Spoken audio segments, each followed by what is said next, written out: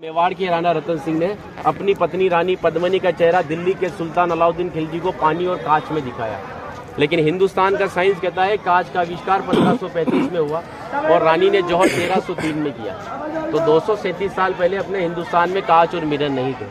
और अलाउद्दीन खिलजी के साथ में पर्सनल राइटर आया था जिसका नाम था अमीर खुसरो, जिसने उस समय किताब लिखी थी तारीख अलाई। उसने लिखा था कि मेवाड़ की महिलाओं ने अपने सतीत्व धर्म के खातिर जौहर किया और राजपूत कभी भी कॉम्प्रोमाइज करना नहीं चाहते थे। चित्तौड़ के ऊपर युद्ध होने का सबसे बड़ा रीजन था व्यापार, क्योंकि हिंदुस्तान में कभी भी कोई भी मुस्लिम कम्युनिटी पहले नहीं था। ये सभी जो आते थे अफगानिस्तान तुर्किस्तान से आते थे और आते कहाँ थे तो समुद्र के पास में आते थे, क्योंकि प्लेन तो थे नहीं ना।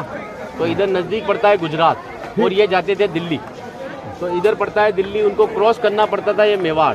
अच्छा, इधर गुजरात इधर दिल्ली बीच में राजस्थान, तो इसको क्रॉस करना पड़ता था ये मेवाड़। तो यहाँ के राजपूत उनसे टैक्स वसूलते थे।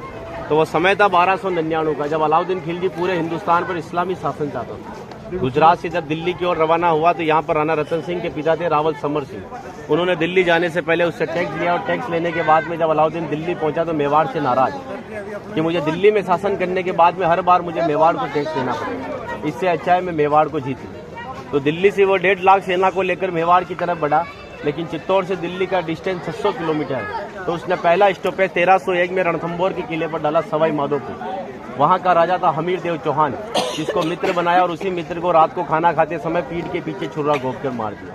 उनकी पत्नी थी रंग देवी। हिंदू धर्म के अंदर रात में चिताएं नहीं जलती है, तो वहाँ की महिलाओं ने पानी में कूदकर जल जौहर कर लिया, बच्चियों ने सभी ने। लेकिन सुबह यह हुआ कि डेड बॉडियां तैर कर ऊपर आई तो आक्रांताओं ने डेड बॉडियों को निकालकर महिलाओं की बॉडी और बच्चियों के साथ में रेप करके उनके बॉडी पार्ट्स को काटकर नग्न अवस्था में रणथंभौर के किले के बाहर लटका दिए, ताकि ये संदेश चित्तौड़ पहुंच जाए और चित्तौड़ की रानी पद्मिनी किले को छोड़कर दूर चली जाए। 1303 में जब अलाउद्दीन चित्तौड़ पहुंचा तो किले के ऊपर आने के लिए उसको 7 गेट क्रॉस करना था, तो इम्पॉसिबल था। तो उसने 1.5 लाख सेना को किले के चारों तरफ फैलाया।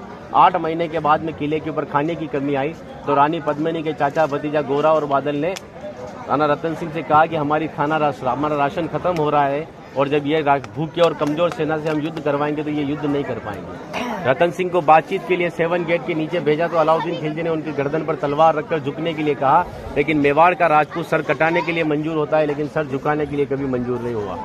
राणा रतन सिंह को धोखे से बंदी बनाया और रानी पद्मिनी को संदेश भेजा कि आप हमारे अधीनता स्वीकार करो, हम दिल्ली चलेंगे। रानी पद्मिनी कहती है जो नरसंहार तुमने 2 साल पहले रणथंभौर के किले में किया तो यहाँ की महिलाओं के साथ में भी वही होगा।